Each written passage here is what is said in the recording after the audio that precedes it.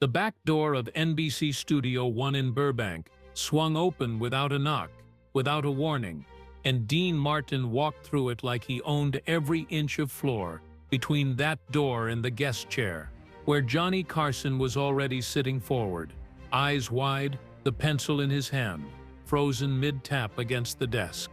Wait, because nobody in that room, not Jerry Lewis, not Johnny Carson, not the 200 people in those seats, understood yet what it was actually going to cost Dean Martin to walk through that door, and the answer, when it came, would not look like anything any of them expected. The night had started the way most nights started, at NBC Burbank in the fall of 1965. The house band was running the theme by 4 in the afternoon. The audience filed in 200 people in their careful Tuesday night best, and Johnny Carson walked out, crisp in his dark suit, and the room became his. The first 20 minutes were standard Carson, a monologue about Lyndon Johnson, a California traffic line that got a bigger laugh than it deserved. Get them comfortable, then give them something worth remembering. Carson was exceptional at knowing when that something was about to walk through the curtain. Tonight, it was Jerry Lewis. Notice the way the audience reacted when Carson introduced him. Not polite applause, not screaming, something warmer and stranger. This was Jerry Lewis. 20 years of making America laugh, first with Dean Martin, then alone. He walked out in a dark suit, hair swept back, the energy of a man who performed even when he wasn't. He shook Carson's hand and sat down. Nobody in that building knew that 3 floors above, Dean Martin was on a folding chair in a rehearsal room, setlist on his knee. Nobody knew what the next 90 minutes were going to cost him, not in money, not in pride, but in something harder to name. That question wouldn't be answered until the very end, and by then it would surprise everyone, including Dean. For the first 15 minutes, it was a good interview. Lewis was funny in the relaxed way that talk shows sometimes produce when a comedian stops performing and starts talking. He discussed his new film, the precision of physical comedy, the engineering of a laugh. The audience was warm. Then Carson leaned forward and asked the question that changed everything.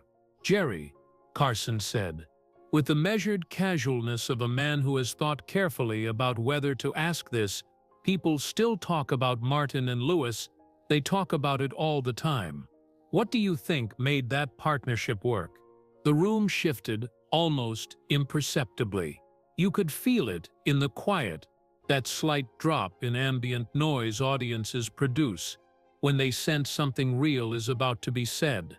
Lewis was quiet for exactly 2 seconds. Then he smiled, and it was the wrong kind of smile, the kind that precedes a truth the speaker has been carrying a long time. "What made it work," Jerry Lewis said, "was the comedy. The audience came for the laughs. The laughs were mine."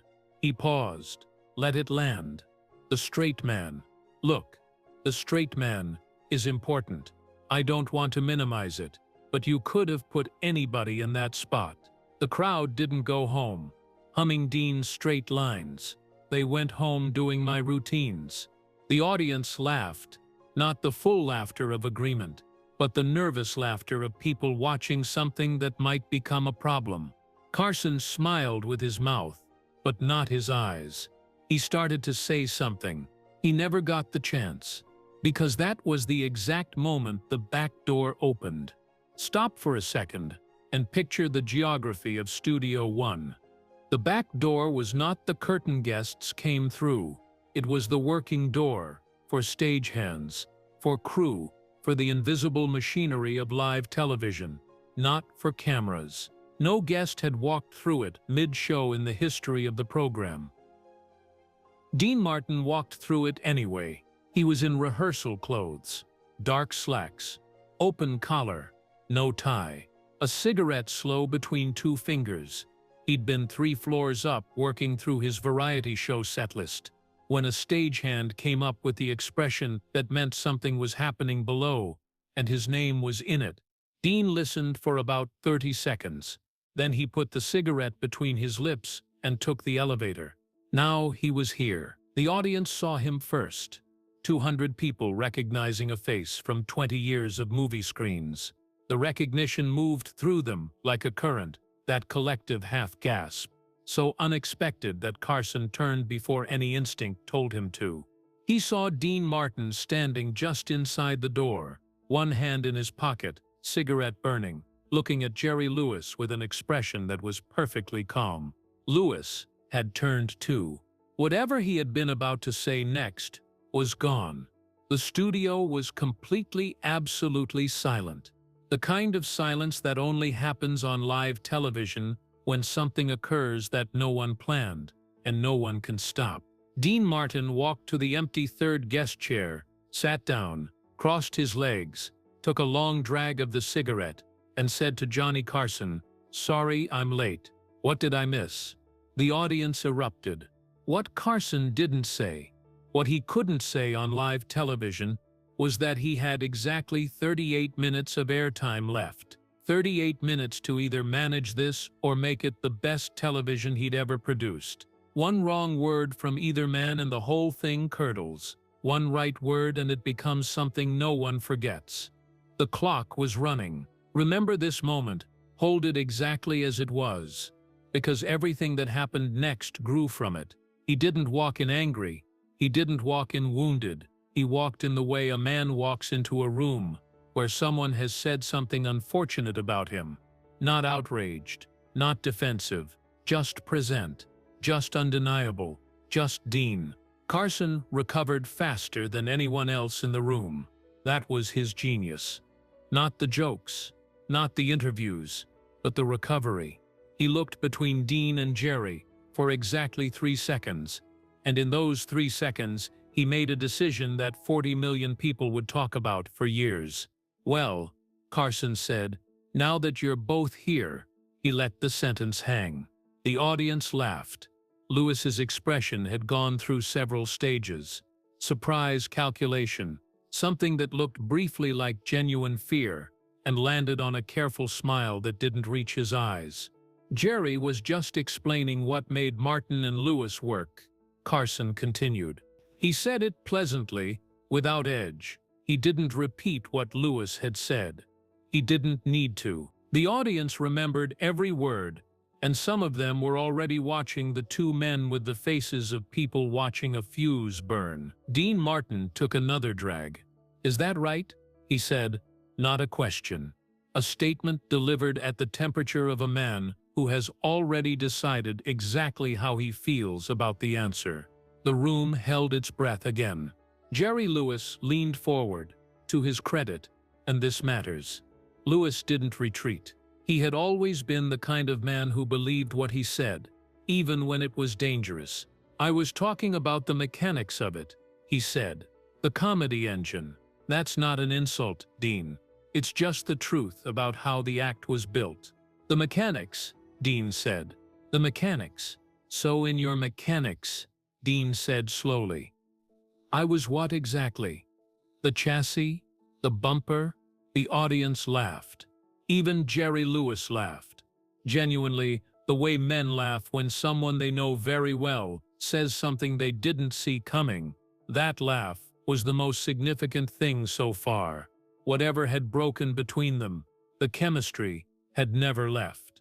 It had been sitting in a room by itself for 9 years, waiting for this. Carson saw it.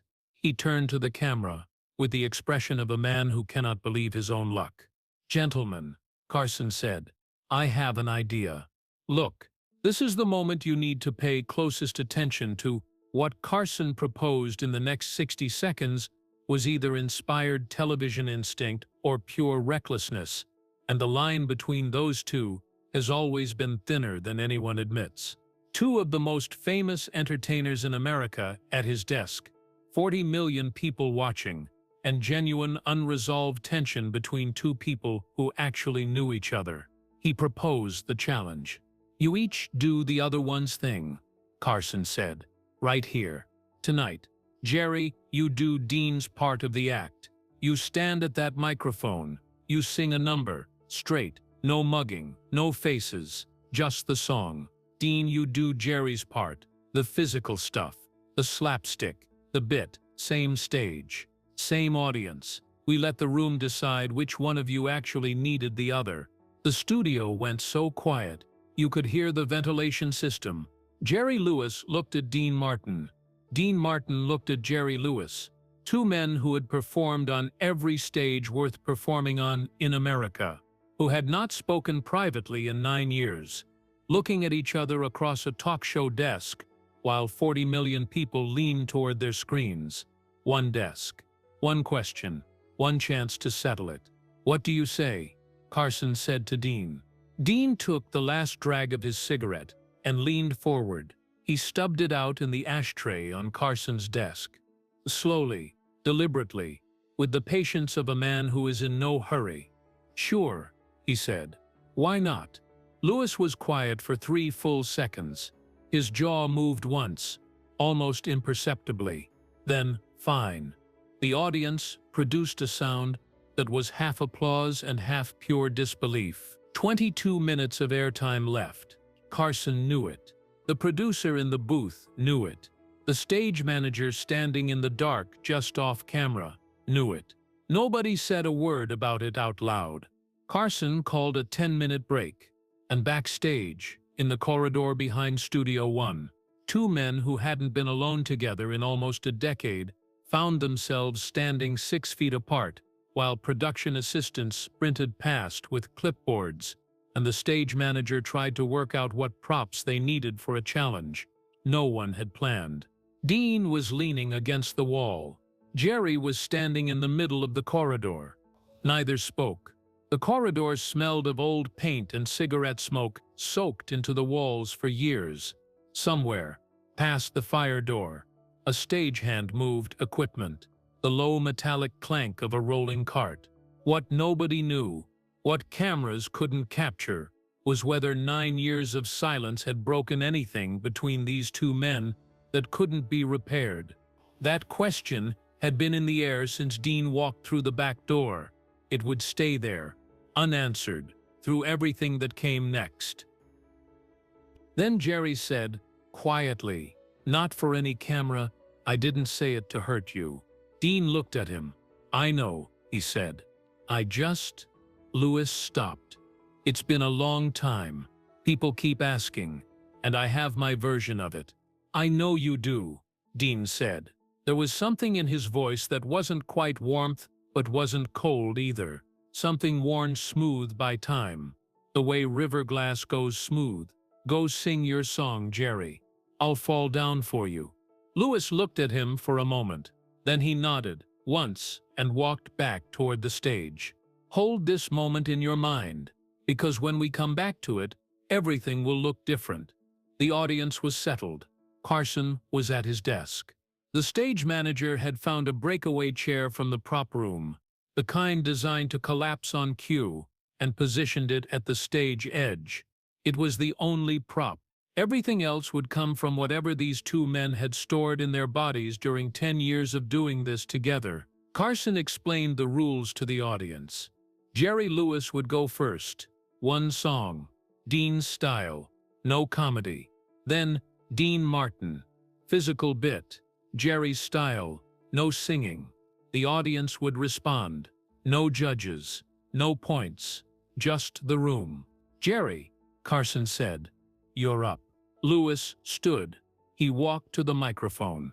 The band played an introduction, chord progressions from a standard both men knew from 1,000 performances. Lewis took the microphone, the cold metal of it in his hand. He looked out at 200 people who had gone very still. 14 minutes of airtime left. One challenge, one truth that had been buried for 9 years. This was the moment everything had been building to, and the question it would answer was the one that mattered most. Who had actually needed whom? And then for the first time in his professional life, Jerry Lewis tried to do what Dean Martin did. The silence lasted about 4 seconds before the audience understood what they were watching. It wasn't bad. Lewis had real musical instincts. A decade next to one of the finest singers of his generation leaves a mark. His pitch was clean. His phrasing was careful.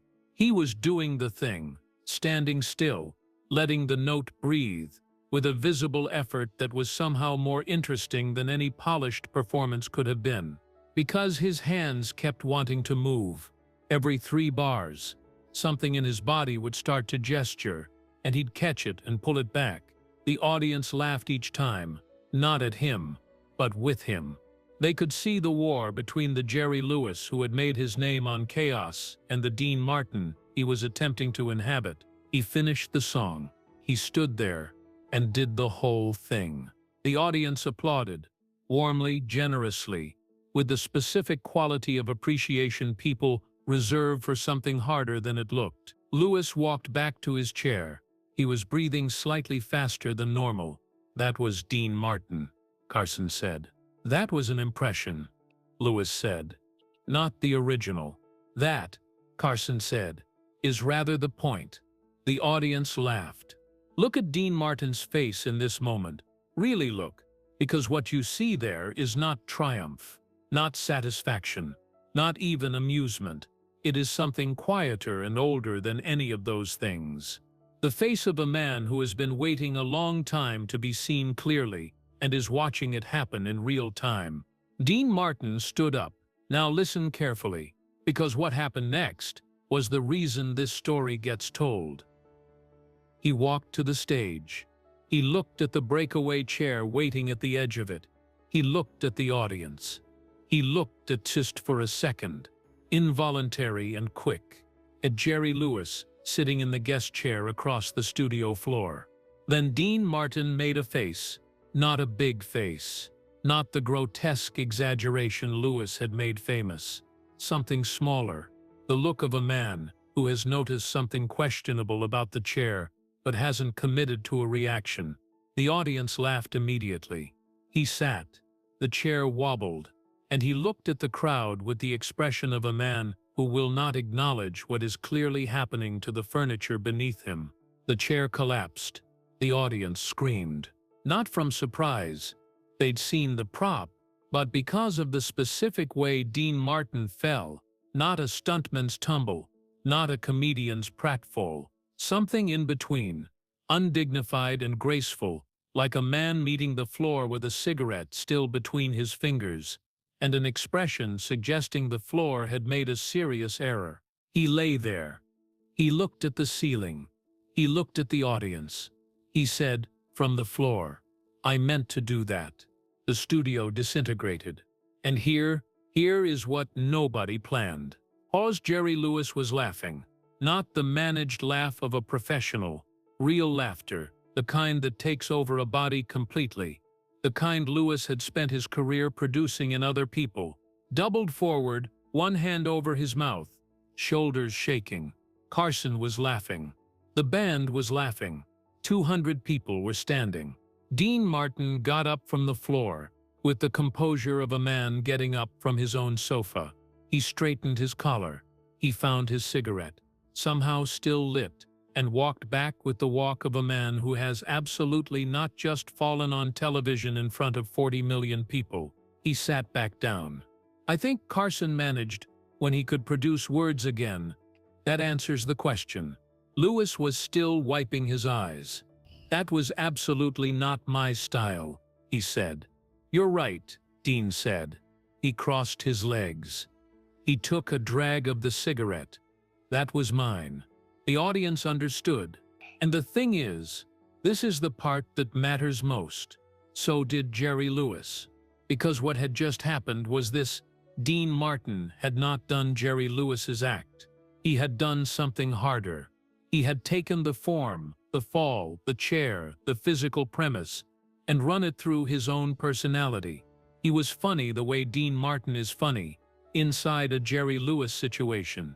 The difference between the form and the personality inside it was what Lewis had been wrong about 9 years ago. The straight man was the whole thing. The straight man was the gravity that the comedy orbited. Without it, the comedy was just noise. Everyone in that room arrived at the same moment. Listen, step back and look at what was actually happening in that room. 40 million people at home were watching a chair collapse. But the 200 people inside Studio One were watching something else. A man who had spent 9 years believing he was the act discover in real time that he was only half of it. That's the kind of television that stays with a room for years. 7 minutes of airtime left. The clock in the booth was ticking. Nobody watching at home could see it, but everyone in that studio could feel it. The particular pressure of live television approaching its end with something unfinished, still sitting in the room. Lewis was quiet. The laughter had moved through him and left something in its wake that wasn't laughter at all. He was looking at Dean Martin with an expression the cameras caught perfectly, the look of a man who has just solved an equation he'd been working on for years. Carson said nothing. He had the instinct to let the silence live, and he used it. Dean Martin looked at Jerry Lewis. Jerry Lewis looked at Dean Martin. The studio, sensing something beyond entertainment, went very still. The stage lights threw long shadows across the desk. Someone in the back of the house coughed once and then stopped, embarrassed by the sound. "You know what you did just now?" Lewis said. His voice was quieter than it had been all evening. Dean waited. "You made it about you," Lewis said. "Even doing my thing, you made it yours." A pause. "I couldn't do that. I was doing your thing just now, but I couldn't make it mine. I was doing Dean Martin. You were just being Dean Martin." "That's all I ever did," Dean said. "I know," Jerry said. And then after a moment, "That's what I missed." The applause began in the middle of the room. Slow, considered, the kind that means people are clapping for something they understand, rather than something they've been signaled to appreciate. It spread until it was the whole room, and it held. Carson looked at the camera, the face of a man who knows he will never top this night. "Gentlemen," he said, when the room had quieted, "I believe we have our answer." Jerry Lewis leaned back in his chair. The performance was done. Not the television performance, but the other one he'd been giving for 9 years whenever someone asked him about Dean Martin, and he reached for the version of the story that protected him. That performance was finished. "You want to know the real mechanics," Lewis said. He wasn't talking to Carson anymore. He was talking to Dean. "The real mechanics was that you made me look brilliant by making everything look easy. Everything I did looked impossible because you were standing next to me looking completely possible. Take away the possible, and the impossible isn't funny anymore. It's just chaotic." Dean nodded, slowly. He looked at the tip of his cigarette for a moment. "Yeah," he said. "That's more or less it." "I should have said that before," Lewis said. "Before you walked in." "It's a long time ago," Dean said. "It is," Lewis said. "Long time to be carrying that." "Yes." A pause. "It is." Notice what just happened in that exchange. 2 lines each. No performance in it. No camera angle to play to. Just 2 people, finally, telling the truth. The 9 years of silence hadn't broken what was between them. It had just been waiting, like everything that matters, for the right room. The audience began to applaud again, quiet and sustained. The kind of sound a room makes when it has witnessed something that it doesn't quite have language for yet. Carson let it run. He looked at the 2 men at his desk. Then he turned to the camera and said, "I have had presidents at this desk. I have had astronauts. I have never seen anything like what just happened in this room." He meant it without qualification. Everyone present knew he meant it. The show went to commercial. Dean smoked. Lewis looked at his hands. Carson looked at the ceiling. The crew moved in the near silence of professionals who know when not to intrude. When they came back on air, Carson asked one more question. Not for drama, for the record. "Could you 2 ever work together again?" Dean Martin looked at Jerry Lewis. Jerry Lewis looked at Dean Martin. "No," Dean said. "No," Jerry said. They said it at the exact same moment. Then both of them laughed. A short, private laugh. The kind that belongs exclusively to people who know each other completely. The laugh of 2 men who've had the same answer to the same question for a long time. It was, somehow, the best moment of the night. Dean Martin stubbed out the final cigarette. He shook Carson's hand. He shook Jerry Lewis's hand. Firm, brief, both men looking directly at each other. The faint smell of tobacco and old carpet. That handshake. Two men, 9 years of silence and one Tuesday night, answered the question the corridor had asked. Nothing was broken. Some things just take the right room. Then he nodded once, stood, and walked back to the back door. The door he had come through 63 minutes ago. The audience watched him go. 200 people, completely silent. Lewis watched the door for a moment after it closed. Then he turned back to Carson and said, "He always knew how to make an exit." "Did you ever doubt it?" Carson said. Lewis thought about it. "Once," he said, "for about 9 years." And there was the answer to the question that had been hanging since the moment Dean walked through the back door. What would it cost him? Nothing. One walk, one fall, one handshake. The same man, all the way through. That was always the answer. That was always Dean. What stayed with people was difficult to articulate and easy to feel. Dean Martin was what he was. A man whose greatest skill was making the difficult look effortless. Jerry Lewis was what he was. A man who understood comedy as architecture, who built something extraordinary with a partner he never fully credited. Wait, before we leave this room, understand what the clock was really counting down to. Not airtime, not credits. It was counting down to the moment when 38 minutes of unplanned television produced what decades of interviews never had. The truth, spoken plainly, in front of everyone. They were both right about themselves. They were both wrong about each other. It took one Tuesday night in Burbank to make that clear in a way 9 years of silence never had. Two men discovering in real time what they'd known all along but hadn't said. One stage. One fall, one truth, one act, one decade, one night. If you enjoyed spending this time here, I'd be grateful if you'd consider subscribing. A simple like also helps more than you'd think. And if you want to know what happened 11 years later, when a mutual friend walked Dean Martin onto Jerry Lewis's stage in Las Vegas, with no warning and no plan, leave it in the comments.